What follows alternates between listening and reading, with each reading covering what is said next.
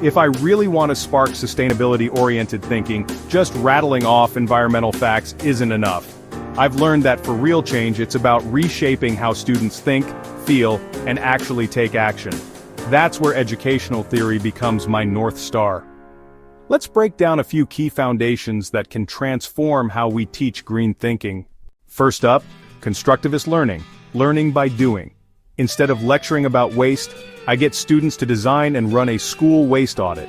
They roll up their sleeves, sort through trash, weigh it, categorize it, then they brainstorm solutions like setting up compost bins or launching a recycling drive. Suddenly, they're not just learning about sustainability, they're owning it, solving real problems and building a connection to the process. Now, inquiry-based learning. Curiosity is king. I might ask, how would our school's water use change if we installed rainwater harvesting?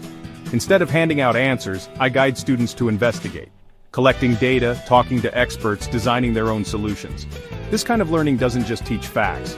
It builds critical thinking, evidence-based reasoning, and creativity. But knowledge alone isn't the goal. Values matter. That's why I weave in values-based education. Imagine starting each day with a quick green thought during assembly, or having students sit in reflection circles to share how they reduced waste at home. It's about more than compliance. It's about empathy, responsibility, and a genuine desire to act sustainably, because they believe it's the right thing to do. Then there's place-based learning, making it personal by connecting to the local environment.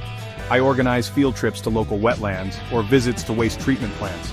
Students map out neighborhood biodiversity hotspots or document sources of pollution right in their own backyard. This makes sustainability real. It's not just a distant idea, it's part of their everyday world. And finally, systems thinking. Environmental issues are never isolated. I help students use mind maps to connect school cafeteria food choices, agriculture, transport emissions, climate change.